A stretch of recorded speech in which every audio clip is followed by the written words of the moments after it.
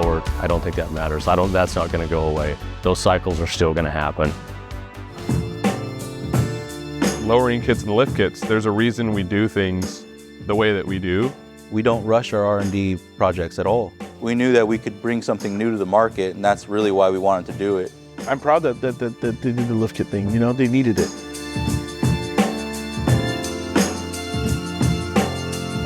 Where could we apply the Belltech fundamentals, the KW fundamentals? There's no reason why you shouldn't be able to have a 7-inch lift and it not ride just as good as the day you pulled it off the lot. For me, being an outdoorsy type of person, obviously that's very appealing and interesting, and being able to do that for work has always been awesome. You know, rock crawling and... The R&D team, you know, they're one of the most dedicated groups that I've met. To not go back and try and make something better for our customers, it's just not something that we would do. Analyzing is happening in CAD, and all the math is happening on the computer. The computerization of a lot of the designs, they're able to go back and say, we could do this better. Design these new kits where it hadn't really been thought about before, or we couldn't do it before. You know, there was compromises like wheel sizes and tire technologies. So most of them were just lowered, roll pans, wheels, tires, tinted windows. And I was just looking through sport trucks, and I thought, man, we should redo that 90 SEMA truck. That Belltech truck just sticks in your mind just because it was such a wild truck.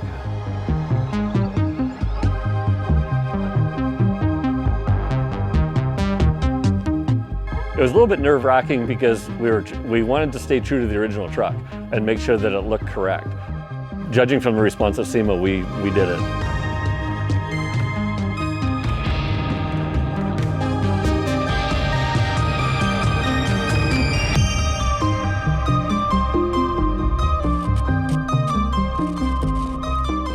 The C10 guys are, you know, they price themselves so high, and now it's all going to that OBS market, and you know where that's going. And let's look at these OBSs. Now everybody's looking at the OBSs going, I want one. You know, even to this day, people are fighting to find cool parts, you know, nostalgic parts kicking around. Those older trucks are becoming more and more relevant. With our such rich history, we have the opportunity to push that. Belltech was part of the origin of that whole scene and where all that came from. Belltech kind of demonstrates that passion, and it's because of the people behind it. The employees that are already here, we like to build them up. When you get to lean on each other and you got your family here, it's easy and it's fun. It's really easy to come up with different solutions or try different ideas when we all have that type of relationship. We had a lot of talented, passionate people that knew the brand, have been around for decades in some cases. Trying to get a job in the industry was a little different. You would apply, and unless you as a woman, you knew somebody, you really didn't get in somewhere. So I actually lucked out here. Being a female in the male-dominant industry does have its challenges. Every single person that I met, every man that I worked with here, willing to educate me and learn and teach. Last year, I was able to work on the all-female Bronco, which is very exciting. SEMA events are always a standout moment. I think we all got together, we all took a group photo, and I think we finally realized, like, yeah, this was one of the best SEMAs that we've had. One of the great things is that we adapt. Every time a new generation of something comes out. More off-roading stuff, more overlanding, tackling the electric vehicles. Between the Lightning and the Rivian, KW is always moving forward as far as technology and trying to offer the latest and greatest.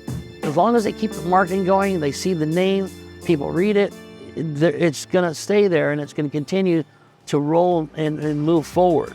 With the resurgence of that whole retro feel, why not go back to what made Belltech? Going back to our roots and, you know, which is basically like our customers, and that's what made us originally. Or like my dad had that truck when I was 10, and I want to rebuild that truck. And it's cool because you get to see how much Belltech has impacted people's lives. This year we're doing a search for the next Belltech icon. The stories that we have received so far have been incredible. You know, carrying on that legacy piece of our new history.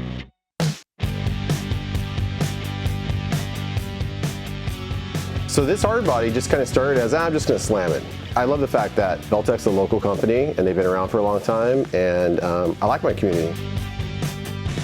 So I did lowering leaves, I did angled blocks in the back, and with a little tweaking from my buddies at Caliber Custom, it rides cherry.